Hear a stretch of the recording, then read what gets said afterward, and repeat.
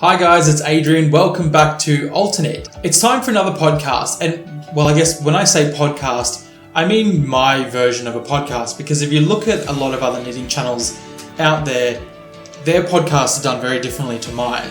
I just couldn't imagine myself being able to talk for 45 minutes or an hour and still have more to say the following week or even month. So I guess I kind of need to just break mine down into smaller little bits and give them to you that way. So that's what these sort of less structured chats, I call them podcasts anyway, although they are kind of different to what you'd be used to.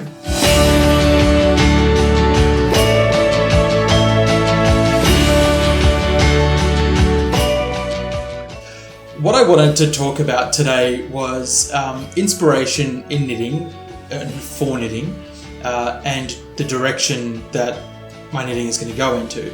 And I think this is something that probably a lot of people don't necessarily talk about, what inspires them to knit in general and what inspires them to keep knitting. What is that image that they have in their head? What do they think it does for them? And what does it add to their life?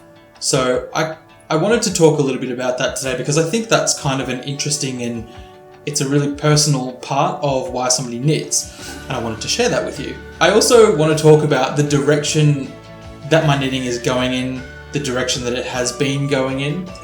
When I compare it to what I thought it would be, what I would be doing. I don't have a lot of time to knit, and I know I've mentioned that before. I think in my heart and in my head, I am all about knitting. I think about it quite a lot. I think about yarn, about different projects that I'd like to do, things that I would like to design, but the actual hands-on needles and yarn time that I get is pretty small, and that can be a bit of a source of frustration as well, and it can be a source of anxiety in that I think, all right, well, I don't want to waste my time doing this project because I have such little time to knit anyway, and I really kind of have to plan out what do I want to knit. I guess I could spend years just doing socks, but then I wouldn't get to do blankets and I wouldn't get to do, hats or sweaters, that kind of thing. So I guess for me, I've been really thinking lately, I need to focus it. That's, I guess, the best word I can come up with to describe it, is that I need to narrow my focus of interest and just try and develop that. Now, I guess other people are thinking, why would you want to limit? Because that's another word you could use to describe it. Why would you want to limit what you're doing? But I guess that comes into the direction I want my knitting to go into, and that is design. I would like to be able to design my own garments, and they would be, mainly, I think, accessories, things like hats, scarves, mittens, those kinds of things, but also sweater design. And I think I'd like to put a bit more of my efforts and attention into garment construction and how best to do this.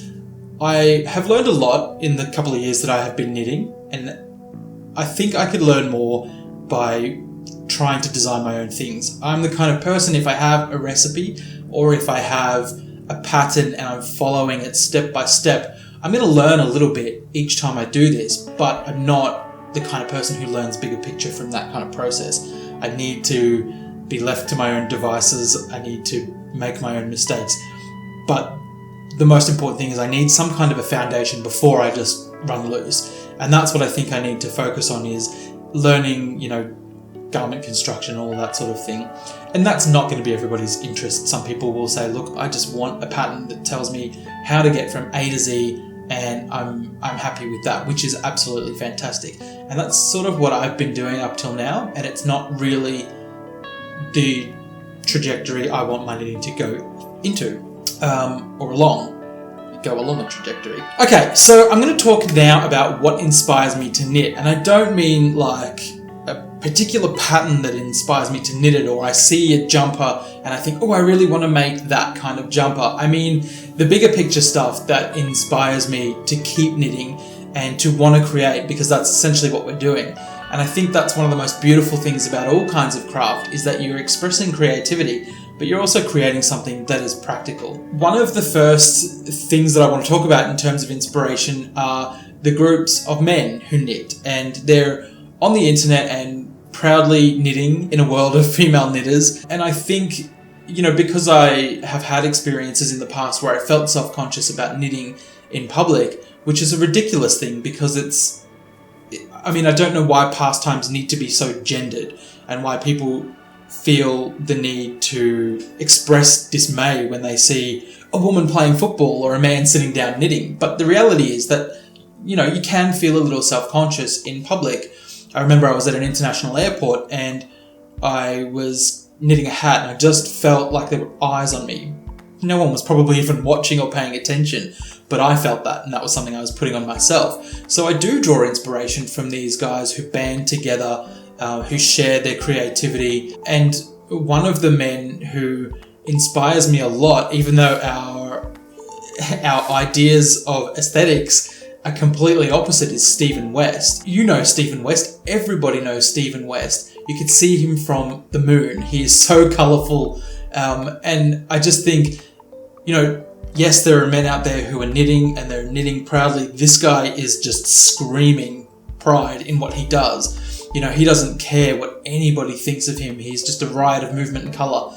And I think it's such an inspiration to a lot of people. And although I probably wouldn't express any interest in knitting any of his patterns, there are thousands of you out there who love what he does. So he's obviously doing something right. And I draw inspiration from that, even though in my heart of hearts, the palette that I have and the design elements of things that I'm drawn to is very much muted and a little bit more conservative. But I just love that he exists and people like him exist and that people love his stuff. Another thing that really does inspire me to knit is history and heritage. And one of the first projects that I knit was the Hudson Bay inspired crib blanket. I was just captivated by the story. First of all, I coveted what I saw. I was scrolling along Pearl Soho website and I saw this wonderfully simple design, and there was, a big sea of neutral garter stitch, but then there were these striking stripes of colour. And I had to know a little bit more about this design, and to my delight, there was a real history there. That's the kind of thing that inspires me, is that I would love to create something that's lasting, that can be enjoyed, even if it's just by myself, or my family. And it's that sort of simple heritage that, I'm really interested in, and I'm looking to create myself. So when I can find something like the Hudson Bay blanket that has such a rich history, I'm captivated by that, and it inspires me to knit those sorts of things. I'm also really interested in the intersection between geography and culture. I grew up, most of my life was spent on the Gold Coast in Queensland, which is a relatively small city, and it's on the coastline. Surfers Paradise, which is probably one of the more famous parts of the Gold Coast, is just this big long stretch of beach and sun. There are a lot of young people there, a lot of tourists. And even though it's not an urban city, it's very leafy suburban, and that's pretty much what I've lived in my entire life. And there's always been this yearning for a little bit more of a wild sort of, landscape. And whether that be been very interested in sort of rural farming areas, I've been interested in, mountain areas, and I just think that I wasn't built for the leafy suburbs. It doesn't ignite any passion in me, and that doesn't really inspire me. And so I do look outside of that and see what sort of parts of the world do I draw inspiration from. And being in Ireland, particularly in Galway, which I think has a very different feel to Dublin, and being on the Aran Islands, those places really struck a chord with me, because there is that sort of community feel there. You're not anonymous. It's not a huge urban centre.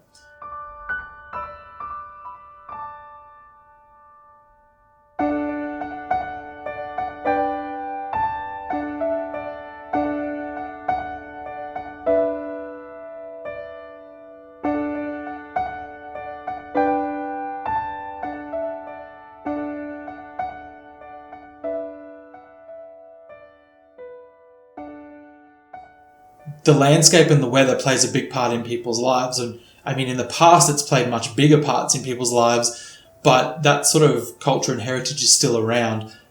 There are also some seaside communities in the Newfoundland area in Canada that also sort of strike a similar chord in me, and they really inspire me to want to create things that will protect you from the elements, things that are durable, completely functional, but are also beautiful, and marry with the landscape well. And I do love nautical knits, I guess, the sort of fisherman sweaters and those kinds of really simple but functional designs. So that's sort of one of the main sources of inspiration for me.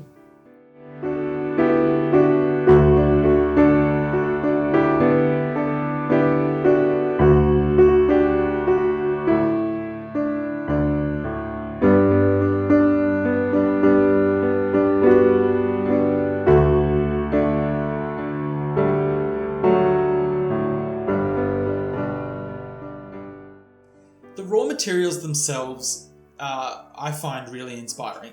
I mean, you can't go past beautiful quality wool. And I love that it's just such a simple thing. It comes from sheep, it's a renewable resource, and it's, no matter how much it's processed, it still connects you to the natural world, connects you to the earth.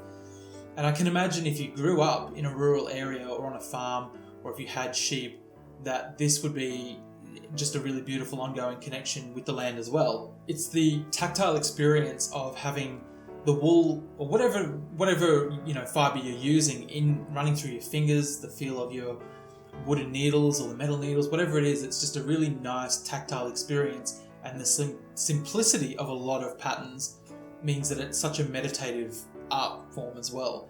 And I find it really inspiring because it does give me that relaxation. It does help calm me, and it's a healthy pastime. I've had a lot of unhealthy pastimes, and I still have some unhealthy ones. So this one, it's good for my mental health, makes me feel really good about doing it as well. So I guess in terms of where I'm going to go from here, I've got Reese's Redford Brooklyn Tweed that I've finished one panel. I have the back panel completed. And now I just really couldn't stomach starting another, the front panel in this very fine yarn stockinette. I'm going to start with the sleeve. So I started that last night. I'll make the sleeves the side panels the front, and then I'll get it all together and I'll show you that one. I've also got 2 of the Carpino shirts to knit. One for my mum, one for my sister. I did actually cast on and start twice, but I don't think I was paying attention. I stuffed it up and I thought, no, I'll finish Reese's first, because I'm not going to have another back panel that doesn't belong to the rest of its garment. So I'm going to get those 3 finished. And then I think with all of this beautiful yarn that I got, I am going to start exploring my own design. And so there'll be even less finished objects, I imagine, in the near future. But I'll keep bringing you content nonetheless. So I'd be really interested if you guys could tell me below what inspires you to keep knitting. What direction do you want your knitting to go in? And is that actually happening for you? I think it's a really interesting conversation, and we don't necessarily talk enough about what drives us in our knitting. So let me know in the comments below or over at Instagram. I'm at DRVC. You can get me on Twitter as well. I'm at _DRAVC. And I will see you guys next week, and I think we're doing a tutorial. So stay safe, and I'll see you all next time. Bye. Bye. Bye. Yeah?